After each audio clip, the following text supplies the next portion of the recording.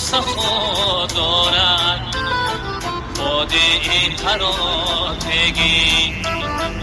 از جنت هوا دارد، باده تراتگی خوش فیض و صفا دارد، باده تراتگی از جنت هوا دارد، باده تراتگی در خانه صفایی او مهمان